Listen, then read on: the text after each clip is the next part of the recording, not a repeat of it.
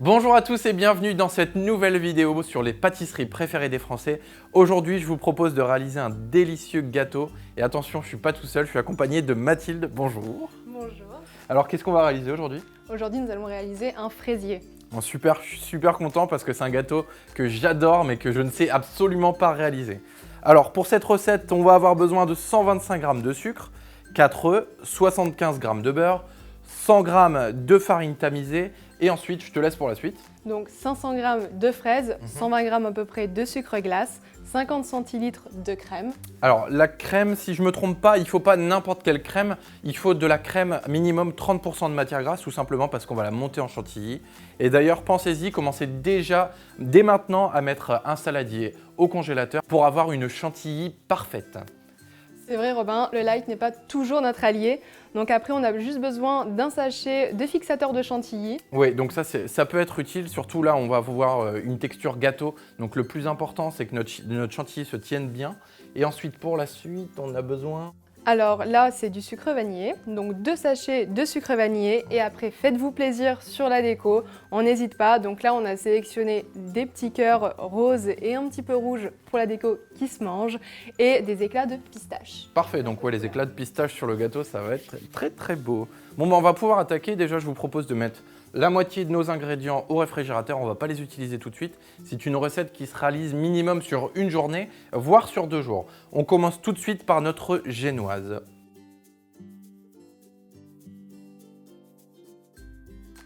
Alors pour cette recette, comment on procède exactement? Explique-moi. Alors on va faire en bain-marie. Donc on va attendre que l'eau soit frémissante, Ouais. commence à bouillir. On va passer notre saladier sur le bain-marie. Ça marche? Fouetter nos œufs avec le sucre dans un premier temps. Donc là, il faut attendre que le mélange double de volume et devienne mousseux. Ouais, voilà, c'est ça. Donc vraiment, tu vas voir, là c'est bien jaune. Et après, ça va devenir de plus en plus blanc. Donc tu as le temps. Il faut compter un bon 3-4 minutes à peu près.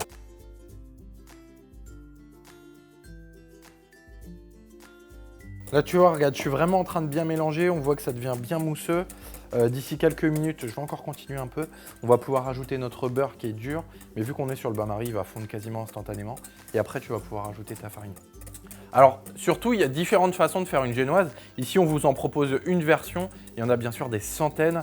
Mais celle-là, vous allez voir, c'est canon. Testez et approuvez par vos commentaires. Alors, comme je te disais, on ajoute notre beurre. Il est mou, hein. Il est sorti du frigo il y a à peu près 1 heure. On va continuer à mélanger. Le but, c'est vraiment que ça reste mousseux et que notre beurre fonde. Et ensuite, après, je vais te laisser Ajouter la farine. Alors, vas-y, je te laisse verser la farine d'un trait. Super. Donc, tu vois, là, on peut faire ça hors feu. Et on va continuer à mélanger de façon à ce que notre farine soit bien intégrée et qu'on ait un mélange bien homogène.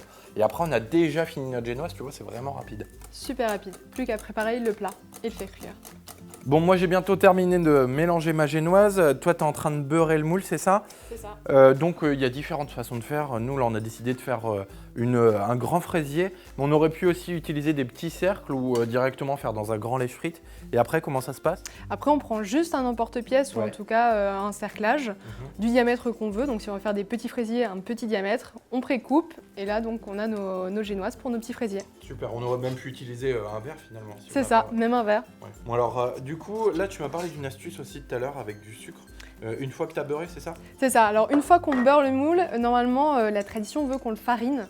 Ouais. Donc moi ce que je fais c'est si vous n'êtes pas trop à l'aise en cuisson, pour pas que ça brûle ou que ça ait un goût de brûlé, je remplace la farine par du sucre. Donc je beurre, je mets mon sucre et je vais vous montrer. Du coup, ça te donne un petit côté un peu caramélisé. C'est ça. Et ça aide aussi à démouler et même si ça cuit un petit peu trop, ça aura un bon goût de caramel. Ok, parfait. Donc là, vous mettez votre sucre. Et vous le mettez au fond du moule. Il n'y a pas beaucoup de sucre là, il y a quoi, l'équivalent de 2 cuillères à soupe, 3 cuillères à soupe? C'est ça. Vous Ok. pouvez en mettre plus Super. ou moins. Et ensuite, on enfourne pour 15 à 20 minutes dans un four préchauffé à 190 degrés en chaleur tournante. Voilà, notre génoise est sortie du four, donc vous voyez, ça donne un espèce de gâteau assez fin et on voit que c'est encore bien moelleux, surtout laissez pas trop cuire. Après, ça va être un peu biscuit et ce sera trop sec. Alors ici, je vous propose 2 solutions. Soit vous allez réaliser des petits fraisiers en utilisant un emporte-pièce et là, dans ces cas-là, cette préparation est suffisante. soit vous avez encore du boulot, on va refaire exactement la même chose pour pouvoir nous faire 2 étages en utilisant après notre cerclage.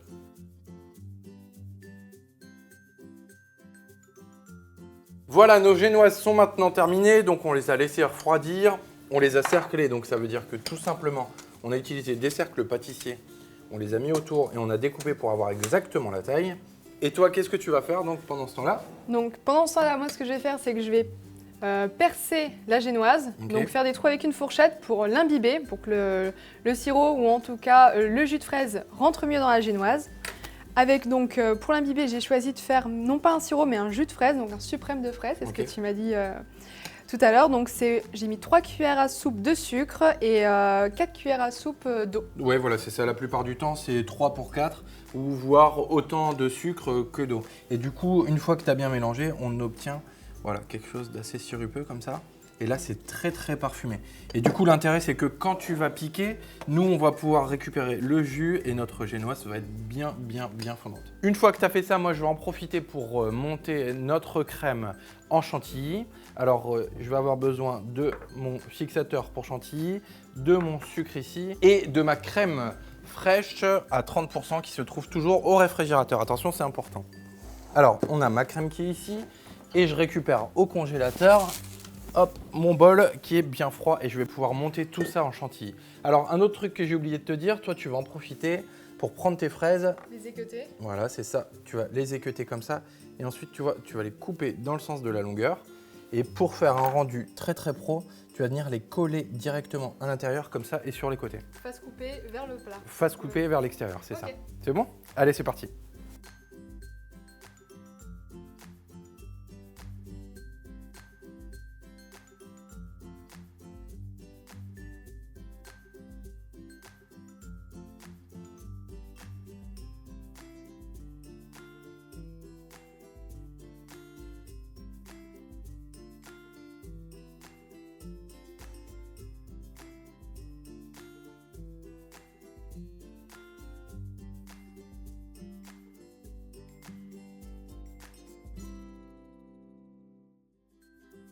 Donc maintenant, nous allons mettre une première couche de crème sur le fond, recouvrir de fraises et après recouvrir le tout d'une seconde couche de crème. Voilà, alors attention, il faut vraiment bien que votre chantilly soit prise. Ici, on veut une texture assez moelleuse. Et après, on aura notre deuxième cercle de génoise pour aller par-dessus. N'utilisez pas toute votre crème. Pour la décoration, on va remettre encore un petit peu de crème au-dessus de la génoise, donc le dernier étage concrètement. Avant de faire la déco. C'est ça.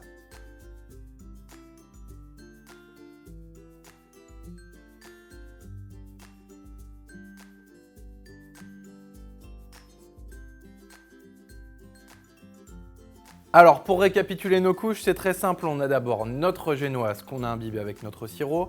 Sur le côté, on a nos fraises. Ensuite, on a de la chantilly au milieu. Et après, on a les fraises qui nous restaient. Voilà, c'est ça. Plus le restant de crème chantilly. Après, on met notre deuxième couche de génoise. De la chantilly par-dessus pour décorer. Et qu'est-ce que tu as décidé de faire là avec les fraises par-dessus? Alors pour la déco, avec le restant de fraises, on en avait gardé 2-3 sur le côté de Jolie. Donc on les a coupées, on en a gardé une entière. On a coupé en demi les autres pour en faire une petite fleur, une petite rosace. Après avec des éclats de pistache et des petits cœurs en sucre. Pour la déco, le côté un petit peu girly, sympa. Ah bah, je suis impatient de déguster, mais vous en doutez, on va pas pouvoir manger ça tout de suite. Il faut le mettre au minimum 2 heures au réfrigérateur et j'y tiens. Essayez même de le laisser 3 à 4 heures, tout simplement parce que notre génoise sera meilleure, elle sera bien imbibée et notre chantilly va fixer. Voilà, j'espère que notre vidéo vous a plu. N'oubliez pas, vous pouvez cliquer juste ici, juste là, vous voyez là. Ce truc-là, en cliquant, vous allez pouvoir tomber sur notre top 10 astuces et apprendre comment équeuter des fraises facilement, par exemple. Voilà, à bientôt et n'oubliez pas de vous abonner.